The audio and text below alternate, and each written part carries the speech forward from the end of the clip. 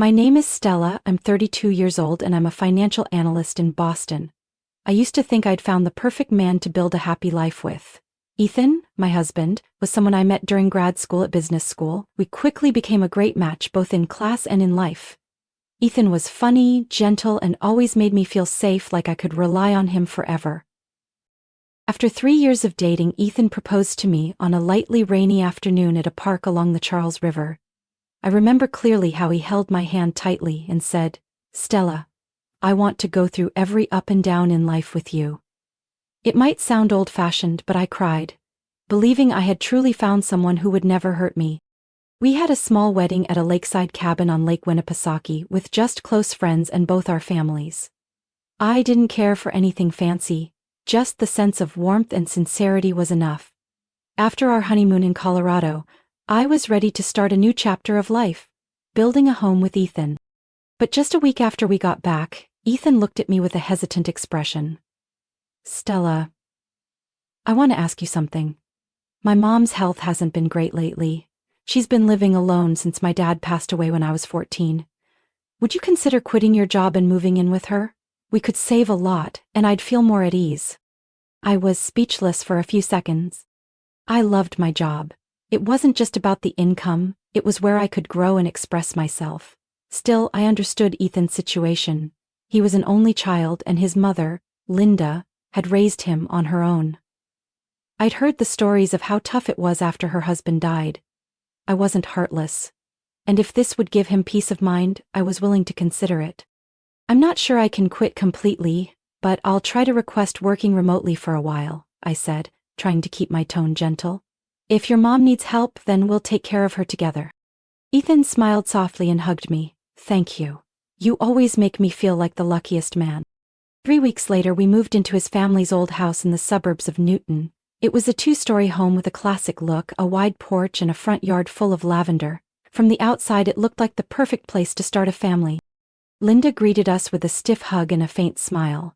"Welcome home," she said, but when she looked at me, there was a flicker of something unfriendly in her eyes. I wasn't sure if I imagined it, but the uneasiness settled in my chest. We hadn't even unpacked everything when she asked, "Stella, do you know how to make beef stew?" "Ethan loves that dish." I smiled. "I've never tried, but I can learn." She didn't respond, just gave a faint hum and turned away. That night, as we lay down in the upstairs bedroom, Ethan turned to take my hand.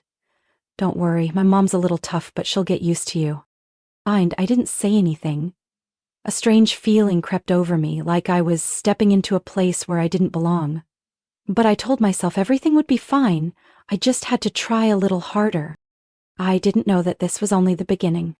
The first morning I woke up at my mother-in-law's house, I heard footsteps coming from the creaky wooden stairs. I looked at the clock and was startled. It was only 5 a.m.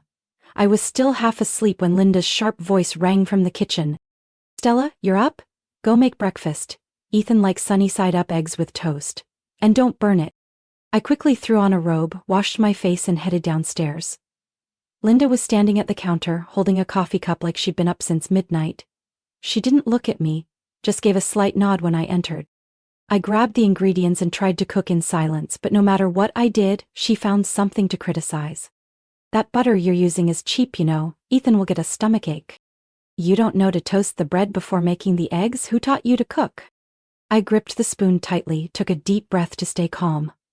I wasn't quick-tempered and I always believed I could change the atmosphere of a home with patience and kindness. But Linda never gave me the chance. When Ethan came down for breakfast, her tone changed instantly.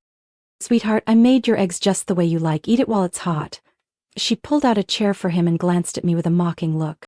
I said nothing. I had made the breakfast, but she took all the credit. Ethan smiled faintly, not sensing the tension that filled the kitchen. The days that followed only got worse. Every morning I was woken before dawn to cook, clean, and do laundry.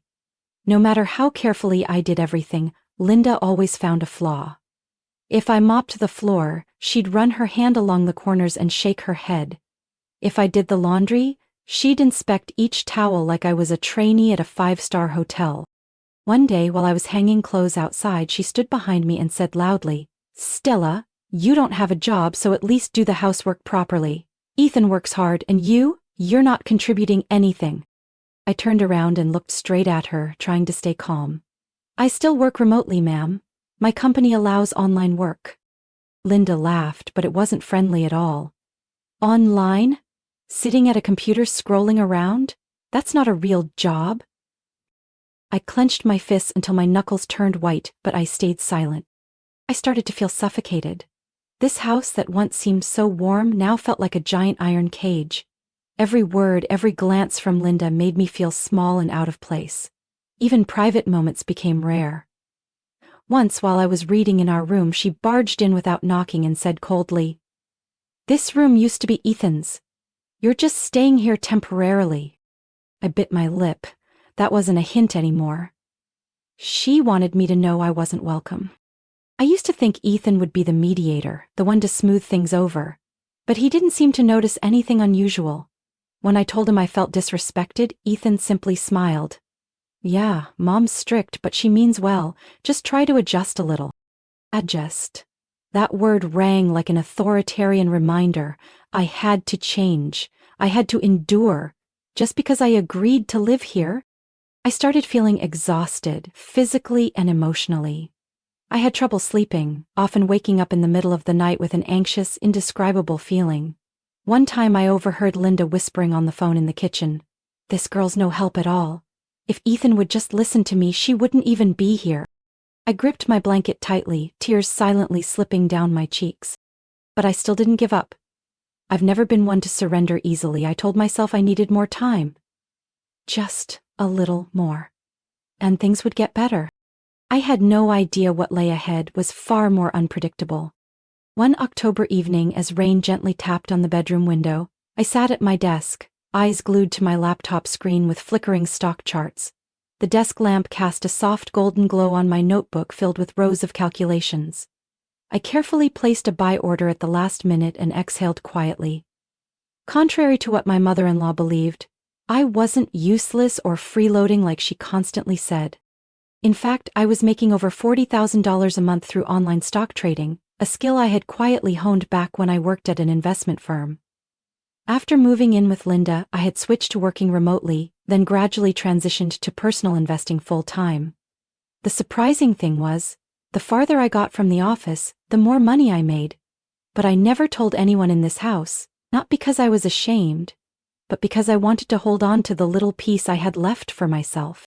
Every time Linda scolded me for not having a job or just sitting around in my room, I just smiled and quietly closed the door. If she knew I was the one secretly paying the utility bills, stocking the fridge with groceries, and even helping Ethan pay off his student loans, would she still look at me like I was a burden? I used to believe that if I gave my all for this family, they would see my worth. But I was wrong. One evening, while I was reviewing my investment portfolio, Ethan walked into the room with a tension in his face I hadn't seen before. I turned around and closed my laptop. "You're home early?" Ethan didn't answer right away. He sat down on the bed and put his hand to his forehead. "Stella, I have to tell you something." I held my breath, sensing something was off. "I was laid off 3 weeks ago." I blinked. "What?" Ethan lowered his head. "The company had layoffs. I didn't tell you because I didn't want you to worry." Everything in my head flipped upside down. "So all this time, you've been leaving the house in the morning to go, where?" "The public library," he sighed. "I've been going there to job search, send out applications, but nothing yet. I'm sorry." I stood up and walked to the window, feeling both stunned and disappointed. So I wasn't just the only one earning money in this house. I was the only one actually working. "And your mom?" I turned around, my voice tight. "Does she know?" Ethan shook his head. "I was afraid she'd be disappointed. She still thinks I'm the financial provider." I let out a bitter laugh. "No, she's not disappointed, because in her eyes, the useless one in this house is me." We were quiet for a while. I knew Ethan wasn't a bad person, but his lack of honesty made it hard to trust him the way I used to. "Do you know what your mom has said to me?" I asked, locking eyes with him. "That I'm a freeloader, that I should know my place and not ask for too much. That I'm lucky to live here." Ethan kept his head down, silent. I took out my phone, opened my finance app, and showed him a summary chart. This was my income last month, I paid the mortgage, the gas, water, and electricity bills. I bought the groceries, covered tuition for the Spanish class your mom is taking. I don't need anyone to support me, Ethan. I never have. Ethan looked stunned. I knew you were doing well, but I didn't realize it was this much, he said quietly. I'm sorry I made you carry all this alone. I didn't respond. Part of me wanted to forgive him, but another part felt like a crack had formed in our relationship, a quiet fracture spreading deeper. Not because he lost his job, but because he let me endure everything while knowing the truth. The next morning, Linda still knocked on our door at 5 a.m. Stella, are you up? I don't hear anyone in the kitchen. Sleeping in again, huh? I opened the door, looked her straight in the eyes, and for the first time, I didn't smile. Ms. Linda, I said firmly, I'm not someone who sits around or relies on anyone. If you want to talk, please come to the kitchen after I finish my client meeting with Europe. She froze, caught off guard, and before she could respond, I closed the door. Inside, a decision was quietly forming, and this time, I didn't plan on staying silent. That morning, I was in a video meeting with a partner in Zurich when I heard pots and pans clanging downstairs. I quickly muted my mic and paused the camera to go check. When I walked into the kitchen, Linda was standing by the gas stove, holding a stainless steel kettle. Her face was scrunched, her foot tapping hard on the floor. Didn't you hear me? I told you 3 times. There's no sugar in the coffee, she shouted, her tone completely out of patience. I took a deep breath to stay calm. I'm in a meeting. I'll be down when I'm done. I told you that last night. She stared at me. What kind of meeting? You're home all day. Who are you even meeting with? Putting on a show for what, huh? I turned to walk away when I suddenly heard the kettle whistling. Before I could react, a stream of hot water splashed in my direction. I jerked to the side just in time, but it still hit my left arm and soaked part of my blouse. Ah! I cried out instinctively, a burning pain shooting down from my elbow to my wrist. The mug she had been holding crashed to the floor and shattered, but her eyes showed no remorse. Maybe now you'll learn to respect the elders in this house, she said coldly. I couldn't believe what had just happened. It wasn't just dangerous, it was chillingly cruel. My whole body trembled, not just from the pain, but from the sheer insult of it all. I didn't cry, I didn't scream, I just stood there silent, like someone who had fallen into a deep abyss. The smell of hot water mixed with metal from the kettle still lingered in the air. When Ethan walked into the kitchen, he saw me sitting at the dining table with a cold towel wrapped around my arm. The floor was littered with shards of ceramic and spilled water. He looked around, confused. What happened? I looked up, my voice calm and steady in a way that startled even me. You should ask your mother. Linda stood by the fridge, arms crossed, face unmoved. The girl was being disrespectful. That's all. Ethan looked at me, then at the red burn on my arm. He was quiet for a few seconds, then stepped closer. Oh my God. Are you okay? Do you need to see a doctor? I stood up, pulled my wedding ring off my finger and set it on the table. No. What I need is to leave this house. Ethan panicked. What are you talking about? I've had enough. I can't keep living in a place where I'm treated like an outsider, insulted, doubted, and now scalded with hot water. Lyndon scoffed. That's what you get for being disrespectful. I looked at her, there was no anger in my eyes anymore, just cold clarity. I wasn't disrespectful, I was defending myself. I went upstairs and packed my things. The wedding photos I once cherished were now carefully wrapped and placed at the bottom of the suitcase. My notebooks, laptop, and work gear, the things that truly kept me going, were packed with care. When I came downstairs with my suitcase, Ethan blocked the doorway. Stella! Don't do this, Mom will apologize. I shook my head. No, Ethan. I've given your mom so many chances. And you stayed silent through all of it. He lowered his head, speechless. I walked out of that house without looking back. It was still raining outside, cold drops falling on my hair and face. But they weren't colder than what I had endured these past 6 months. When I arrived at my parents' house in Portland, my mom opened the door with a startled look. Stella? You didn't call. I didn't answer. I just walked in, hugged her tightly, and cried for the first time in weeks. In her arms, I finally felt safe. No cold stares, no sharp words. Just the warmth of family. The kind I had almost forgotten. That night, I opened my laptop as usual, but this time not for work. I typed a brief email and sent it to a lawyer a close friend had once recommended. Subject: divorce consultation. I knew there would be challenges ahead. But I had left the place that hurt me. And for the first time in months, I felt like I'd just done something right. I left Linda's house on a drizzly morning, and for the next 4 weeks my phone was eerily silent. No texts, no calls from Ethan. Even though my mind had prepared for the worst, my heart still ached every time the doorbell rang. Hoping for something, anything, a word of apology, a sign of care, or at the very least, the presence of a real husband. But nothing came. My parents were incredibly patient. My mom cooked all my favorite meals, and my dad was always ready to drive me anywhere I needed, even if it was just the local coffee shop for a change of scenery. I threw myself back into work almost immediately, using time and stock charts to fill the void inside me. The money kept rolling in, but it couldn't mask the deep disappointment I felt over a marriage I had once believed in so completely. Exactly 1 month after I left, the doorbell rang at 7 a.m., right when I usually got up to monitor the European market. I checked the security camera and froze. Ethan and Linda were standing at the gate of my parents' house. Linda had her arms crossed, her face clearly irritated. Ethan looked thinner than before, his hands in the pockets of his jacket, avoiding the camera's gaze. I opened the door and stepped onto the porch. "Stella," Ethan spoke first, his voice hesitant. We came to talk." "I don't think there's anything left to say," I replied, calm but firm. Linda stepped forward, her lips tight before saying something I could hardly believe. "I've decided to forgive you. Leaving the house was wrong, but I'm the bigger person. I won't hold it against you." I raised an eyebrow. "Forgive me?" She nodded like she was granting a favor. "Yes. You can come back. But this time I expect you to know your responsibilities. I won't bring up the past again." I stayed quiet for a few seconds, then turned to Ethan. "You're not going to say anything?" He avoided my eyes. "Mom's willing to compromise. I think we should let the past go and start fresh." A dry laugh escaped my throat. "Start fresh?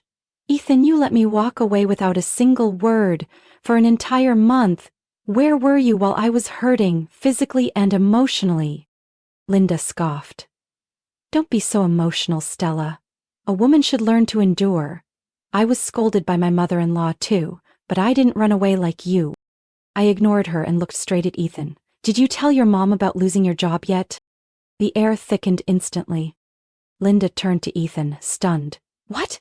Unemployed, Ethan?" Ethan bit his lip, his eyes drifting. "Mom? I was going to tell you later."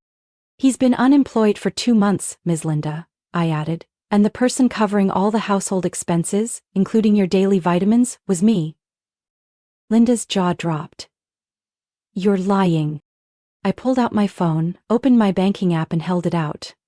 "Here's the transaction history. You can see it all. Utility payments, groceries, Ethan's student loan." "And you? The one who splashed hot water on me and called me useless?" Linda's face turned red, her voice shaking. I didn't know." Ethan stepped forward awkwardly, reaching for my hand. "Stella, please, just give me another chance." I pulled my hand back.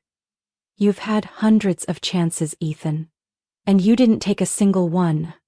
You stayed silent while your mom disrespected me, and when I was struggling alone, you chose to stand aside. I'm not returning to that silence."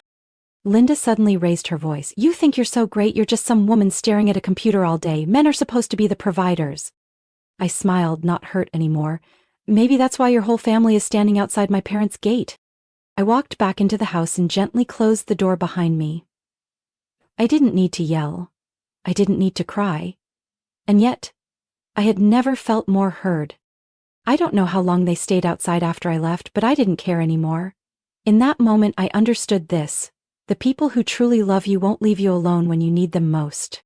And those who let you suffer don't deserve a way back. That night I sat alone in the home office at my parents' house, the glow from my desk lamp reflecting off a crisp white sheet of paper, the completed divorce form, awaiting only Ethan's signature. I had read every line carefully, as if rewriting the ending to a story I once thought would last forever. I wasn't angry. I just felt empty. The time for hoping for an apology, a caring message, or even the slightest remorse had passed. All I needed now was closure. 3 days later, I met Ethan at a small cafe in Westbrook, the same place we used to go during the early days of our relationship. When I arrived, he was already seated at an outdoor table, turning a now cold cup of coffee in his hands, his eyes lost. "Stella," he said when he saw me, like he was looking at a stranger. I placed my bag on the chair, pulled out a folder. No small talk, no hesitation. "This is the divorce agreement. I've signed it, now it's just your turn." Ethan stared at me, stunned. He didn't touch the paper, just looked at it like it was something he couldn't comprehend. "Wait, you really want to end this?" His voice cracked. "Why so fast?" I exhaled slowly, trying to remain composed. "Because I don't trust you anymore, Ethan. Not just because your mom treated me horribly, but because you let it happen in silence. You knew what I was going through and you did nothing. You didn't choose me, you didn't protect me." Ethan lowered his head, his hands clenched. "I know I was wrong, but it's not too late." "You're right," I interrupted. "It's not too late to end it." He still didn't sign. I could see the wheels in his mind turning, searching for a way out of the reality he helped create. Finally he looked up, his voice trembling. "Did my mom really pour hot water on you?" I looked at him, calmly. "You don't believe me?" "It's not that. It's just, she's never done anything like that to anyone." "Well, maybe I'm the first." He didn't say anything else. I slid the pen across the table to him.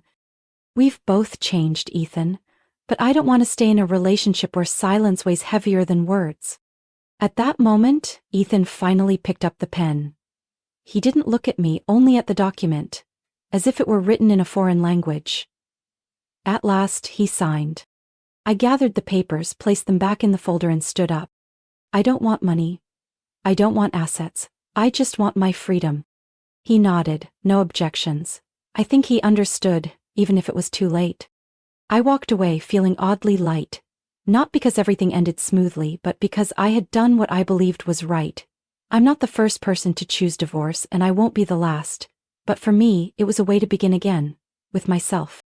2 weeks later, I got a call from an unknown number. It was Linda. "I just wanted to say that I know I crossed a line," she said, her voice no longer sharp. "But Stella, family shouldn't fall apart over a few misunderstandings."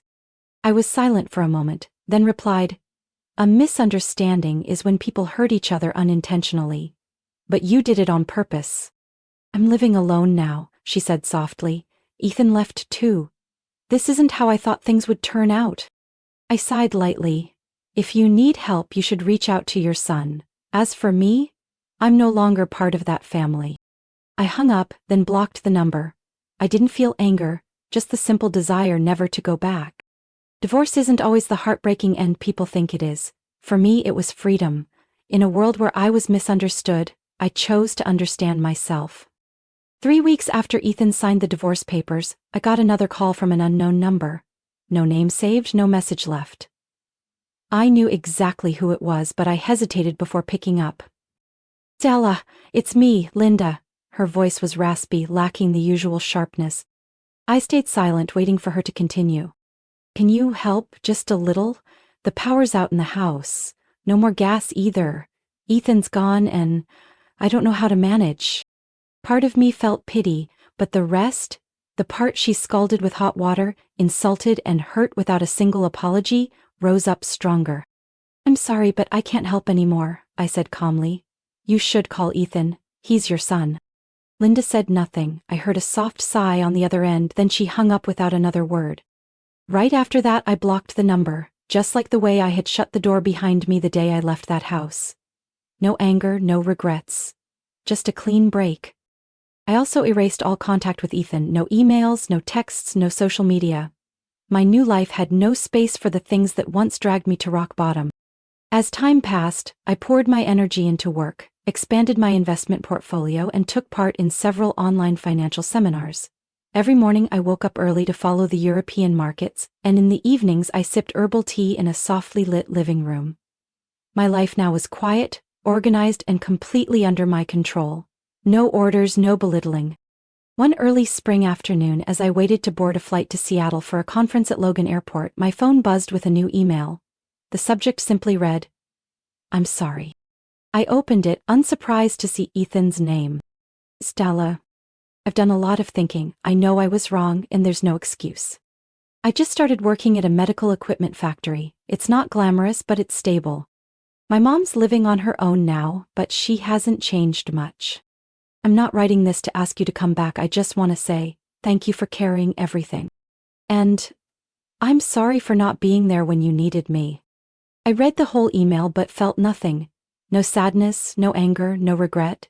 Just the quiet closure of a chapter. I hit delete, put in my earbuds, and rolled my suitcase onto the plane like someone walking into the future. 2 months later, while attending an investment forum in Chicago, I met Daniel, a guest speaker 4 years older than me and the strategy director of a venture capital fund. He wasn't flashy or boastful, but there was something captivating and sharp in the way he spoke.